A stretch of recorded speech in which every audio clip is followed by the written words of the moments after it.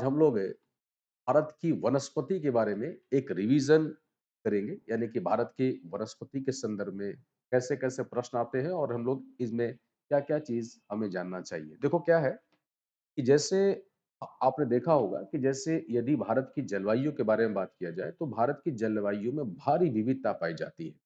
तो ठीक इसी प्रकार से जब जलवायु विविध होगा, तो स्वाभाविक है कि वनस्पति भी भारत में विविध हो। अब यदि हम लोग बात करते हैं प्राकृतिक वनस्पति, तो पहली बात है कि ध्यान में रखना है कि जब प्राकृतिक वनस्पति लिखते हैं तो इसका मतलब ये हुआ, यह वनस्पति जो होंगे, इनका पूर्णतः यदि विकास होगा, तो यह प्राकृतिक प्रदत्त वातावरण में ही इनका विकास हो पाएगा। अब यहाँ पर यदि हम देखें, तो यह एक ऐसी वनस्पति होती है जिसमें मानव के किसी प्रकार के हस्तक्षेप नहीं होते और तभी इन वनस्पतियों का वर्धन होता है। स्वाभाविक है कि ऐसे वनस्पति में क्या होगा, यहाँ पर यह वनस्पति किसी भी क्षेत्र के ताप के द्वारा, साथ-साथ में वहाँ पर होने वाली यानी जो वर्षा होती है इसके द्वारा और इसके अलावा वहाँ की जो ऊँचाई है, तो इन आधार पर यह निर्धारित होती है। या एक और इसके लिए हो सकता है या जिसको हम लोग कह सकते हैं कि मिट्टी। लेकिन ताप, वर्षा, ऊंचाई एक प्रमुख कारक के रूप में हम लोग इसको देखते हैं। इस आधार पर यदि बात किया जाए, तो संपूर्ण भारत को अलग-अलग वनस्पति के प्रदेश में हम लोग वर्गीकृत करते हैं। तो चूंकि भारत की जलवायु उष्णकटिबंधीय है, तो स्वाभाविक है कि यहाँ पर वनस्पति को जब हम देखेंगे, तो उन वनस्पतियों का हम जब वर्गीकरण करते हैं, तो यहाँ पर जो सबसे इम्पोर्टेंट वनस्पति होता है, वो कौन सा हो जाएगा? तो उष्णकटिबंधीय सदाबहार वन हो जाएगा, ठीक है? जिसको कि हम लोग अर्ध सदाबहार या अर्ध सदाबहार वन कहते हैं, ठीक है? तो अर्ध सदाबहार वन हो जाएगा और साथ-साथ में जहाँ पर वर्षा कम है, तो उसे हम लोग अर्ध सदाबहार वन के रूप में हम लोग या वनस्पति के रूप में हम लोग देखते हैं। ठीक इसी प्रकार से जहाँ पर बहुत अधिक वर्षा नहीं होती है और वर्षा जो है वो कुछ कालखंड में होता है, कुछ समय इसका शुष्क रहता है, तो यहाँ पर कैसे मिलेंगे? देन अगेन यहाँ के क्या होगा? तो इसे हम लोग बोलते हैं उष्ण कटिबंधीय और क्या बोलेंगे? तो पर्णपाती वन कहते हैं। अब उष्ण कटिबंधीय पर्णपाती वन को 2 वर्ग में वर्गीकृत किया जाता है। पहला, इसे हम लोग कहते हैं आर्द्र। तो आर्द्र जो वनस्पति होगा, यहाँ पर वर्षा कितना होगा? ये वर्षा होगा 100 से 200 सेंटीमीटर। और यदि हम कहते हैं शुष्क, तो जब हम शुष्क लिखते हैं, तो यहाँ पर वर्षा कितना होगा? तो यहाँ पर वर्षा होगा 70 से 100 सेंटीमीटर। और यदि हम यहाँ के लिए बात करते हैं, तो यहाँ पर वर्षा कितनी होगी? तो यह जो वर्षा है, यह 200 सेंटीमीटर से ज्यादा वाले वर्षा के रीजन्स में ऐसा मिलेगा। मतलब है यदि हम इस भाग को देखें, यदि हम लोग इस भाग को देखेंगे या फिर यदि अंडमान निकोबार के भाग को देखेंगे, तो वहां पर जो मिलेगा वो उष्णकटिबंधीय, जिसे हम लोग सदाबहार वन के नाम से जानते हैं, वहां मिलेगा। और इसके अलावा उष्णकटिबंधीय पर्णपाती वन के 2 वर्ग में है, एक है 100 से 2 और दूसरा है 70 से 100 जो कि शुष्क है। राजस्थान का जो ये वाला भाग देखते हैं, यहाँ पर कैसा मिलेगा? तो यहाँ के जो वन होंगे, ये कैसे होंगे? तो ये कांटेदार वन यहाँ पर मिलेंगे। यानी यहाँ पर कैसे वन मिलेंगे? तो यह कांटेदार वन इसको हम बोलते हैं, यानी कि कांटेदार प्रकार के यहाँ पर वन हमको दिखाई देते हैं। इसके अलावा यदि बात किया जाए, तो भारत में और कैसे वन मिलेंगे? तो ये वाले जो रीजन्स हम लोग देखते हैं, यानी ये वाला जो पूरा भाग हम लोग देखते हैं, यहाँ पर या फिर इन भागों में या इस भाग के यदि हम लोग देखें, तो नीलगिरी वगैरह के एरिया में या फिर इधर अगर हम लोग देखें विंध्य और सतपुड़ा के रीजन्स में, तो यहाँ वाले वन को क्या होते हैं? तो इससे हम लोग कह सकते हैं कि ये एक प्रकार का कैसा वन है? तो हम लोग लिखते हैं कि यह एक प्रकार का पर्वतीय वन है। लेकिन उत्तर पर्वतीय और दक्षिण पर्वतीय ये 2 अलग-अलग प्रकार के यहाँ पर वन हमें मिलते हैं। इसके अलावा यदि कहा जाए कि भारत के कुछ तटीय भागों में, जिसे हम लोग कह सकते हैं कि एक प्रकार का दलदलीय क्षेत्र है, तो यहाँ पर भी एक विशिष्ट प्रकार के हमें वनस्पति देखने को मिलता है। अब एग्जामिनेशंस पॉइंट ऑफ व्यू से हम लोग को थोड़ा याद ये रखना है कि ऐसे वनों में किस-किस प्रकार की वनस्पतियाँ हमें मिलती हैं।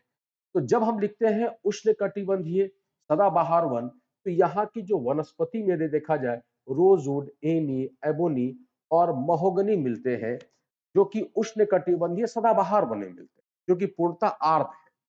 और यदि बात किया जाए उष्णकटिबंधीय अर्ध सदाबहार वन में, तो इनमें हम लोग साइडर, होलक एवं कैल के जैसे यानी कि ये विशिष्ट वनस्पति यहाँ पर देखने को मिलती है। इसके अलावा उष्णकटिबंधीय आर्द्र पर्णपाती वन, तो आर्द्र पर्णपाती वन का मतलब ये हुआ यहाँ पर वर्षा कितना होगा, तो 100 सेंटीमीटर से 200 सेंटीमीटर वाले जो भाग होंगे, उनमें सेमल, कुसुम, चंदन, हुर्रा, महुआ, सागवान, शीशम और ठीक है, साल के यहाँ पर वृक्ष हमको देखने को मिलते हैं। ठीक है, इसके अलावा अगर हम लोग देखें तो उष्णकटिबंधीय शुष्क पर्णपाती वन, तो शुष्क पर्णपाती वन कितने मिलेंगे, तो 100 से 70 से 100 सेंटीमीटर वाले। और यहाँ पर कौन-कौन से प्रमुख वनस्पति है, अमलतास, पलाश, तेंदू, बेल और खैर की वनस्पति यहाँ देखने को मिलती है। उष्णकटिबंधीय कांटेदार जो वन है, यानी जिससे हम लोगों ने चर्चा किया राजस्थान के एरिया में, यानी वह भाग जहां पर वर्षा जो है यह 50 सेंटीमीटर से भी कम हो रहा है, इन जगहों पर हम लोग क्या देखते हैं, तो यहाँ पर नीम, बबूल, खेजड़ी और खजूर जैसे वनस्पति यहाँ पर देखने को मिलते हैं। कटीले झाड़ियां यहाँ पर देखने को मिलती है। और खेजड़ी के बारे में हम लोग याद रखना है कि ये बहुत महत्वपूर्ण वनस्पति है, खास के राजस्थान के बारे में यदि हम लोग बात करें तो। इसके अलावा पर्वतीय वन को अगर हम देखते हैं तो इसको दो भाग में बांट लेते हैं। एक वैसे पर्वतीय वन जो कि हिमालय क्षेत्र में है, और दूसरा पर्वतीय वन जो कि हमारे दक्षिण भाग में यानी कि नीलगिरी, अन्नामलई के क्षेत्र में देखने को मिलते हैं। यदि हिमालय की बात करते हैं तो हिमालय में 1000 से 2000 यानी कि हिमालय के तलहटी के एरिया में, यानी कि उनके जो निचले भाग है, यहाँ पर कैसे वन मिलते हैं, तो यहाँ पर पर्णपाती वन मिलते हैं। लेकिन हम जैसी ऊंचाई पर जाते हैं यानी 1000 से 2000 मीटर पर, तो यहाँ पर आर्द्र शीतोष्ण वन मिलते हैं, जिनके प्रमुख वनस्पति हैं ओक और चेस्टनट। 1500 से 1750 मीटर की ऊंचाई पर हम जाते हैं तो पूर्वी भाग में हमें चीड़ के वन का पूरा विस्तार मिलता है। लेकिन जब हम लोग पश्चिमी हिमालय के भाग में जाते हैं तो यहाँ पर देवदार के वनस्पति देखने को मिलता है। यदि 2000 मीटर से 3000 मीटर की ऊंचाई पर जाते हैं तो यहाँ पर ब्लू पाइन और स्प्रूस के जैसी वनस्पति यहाँ पर देखने को मिलती है। इसके अलावा यदि हम लोग बात करते हैं तो 3000 मीटर से 4000 मीटर की ऊंचाई पर यदि हम लोग जाएं तो यहाँ पर पाइन, बर्च, सिल्वर फर और रोडोडेंड्रॉन्स जैसी वनस्पति देखने को मिलती है। और इसकी अधिक ऊंचाई पर यदि हम लोग जाते हैं तो इस जगह पर लाइकन और मोसेस की जैसी वनस्पति यहाँ पर हमें देखने को मिलती है। दक्षिण भारत में यदि हम आते हैं तो दक्षिण भारत में जो इस प्रकार के जो वन है यानी शीतोष्ण वन जो यहाँ पर हमें देखने को मिलता है, इसे यहाँ पर क्या कहा जाता है, तो इसे शोला वन के नाम से भी जाना जाता है। और यह भाग कौन से है, तो नीलगिरी के एरिया हो गए, अन्नामलई के जो एरिया हो गए, इन सभी जगह पर ये मिलते हैं। और यहाँ पर शीतोष्ण कटिबंधीय जो वन मिलती है, उनके प्रमुख वनस्पति को यदि देखा जाए तो सिंकोना, मैग्नोलिया, लॉरेल और बैटल के जैसा वनस्पति यहाँ पर देखने को मिल सकता है। इसके अलावा यदि हम लोग बात करते हैं कि इस भाग में यदि देखा जाए तो इन वनस्पतियों के अलावा अगर हम लोग देखें तो इस जगह पर यानी कि कुछ आर्द्र भूमि होती है जिसे हम लोग मैंग्रोव फॉरेस्ट के नाम से जानते हैं। यानी यहाँ पर मैंग्रोव वन का पूरा विस्तार है। और मैंग्रोव वन का यदि देखा जाए तो सबसे अधिक जो विस्तार है ये कहां पर है, तो मैंग्रोव वन मोस्टली अगर देखा जाए ये पश्चिम बंगाल के क्षेत्र में यानी कि पूर्वी तटीय भागों में है, और साथ साथ में यह पश्चिमी तटीय भागों में भी है, लेकिन अधिकांश इसका कहां पर है, तो पूर्वी तटीय भागों में ये देखने को ज्यादा मिलता है। एक और चीज हम लोग को याद रखना है कि भारत में आर्द्र भूमि की यदि बात किया जाए तो कुल यहाँ पर कितने हैं, तो 8 आर्द्र भूमि भारत में है। इसके अलावा हम लोगों ने वन और वन्य जीव संरक्षण के लिए बहुत सारे कार्य किए हैं। हमारे को याद रखना हम लोगों को है कि भारत में जैव आरक्षित क्षेत्र की यदि बात किया जाए, तो भारत में जैव आरक्षित क्षेत्र जिसे हम लोग बायोस्फीयर रिजर्व्स के नाम से भी जानते हैं, तो ये बायोस्फीयर जो रिजर्व्स हैं, इनकी संख्या भारत में कुल कितनी है? तो 18 बायोस्फीयर रिजर्व्स भारत में है, जिनमें सबसे पहला जो बायोस्फीयर रिजर्व था, वो कौन-सा था? तो वो है नीलगिरी। और नीलगिरी कितने स्टेट में विस्तारित है? तो नीलगिरी के बारे में याद रखना है कि नीलगिरी कर्नाटक, नीलगिरी केरला और नीलगिरी जो है यह तमिलनाडु, यानी 3 स्टेट में यह फैला हुआ है। और इसके अलावा भारत में कुल जैव आरक्षित क्षेत्र कितने हैं? तो भारत में कुल जैव आरक्षित क्षेत्र जो है वह 18 है। इनमें से 12 जैव आरक्षित क्षेत्र ऐसे हैं जिसको यूनेस्को ने मान्यता दिया हुआ। तो इन सब बातों को यदि याद रखा जाए तो बहुत ज्यादा काम आएगा। इसके अलावा हमारे देश में बहुत सारे ऐसे प्रोग्राम शुरू किए गए, जिनमें से विशेष करके अगर हम लोग देखें तो टाइगर प्रोजेक्ट्स भारत में शुरू किए गए 1973 में।